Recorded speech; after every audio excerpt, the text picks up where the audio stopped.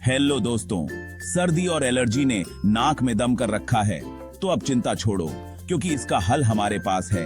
आज हम आपको बताएंगे लेवोजेट एम टैबलेट के बारे में। इस टैबलेट में है लेवोसेटिरिजिन 5 मिलीगीज और मोन्टेलुकास्ट 10 मिलीगीज।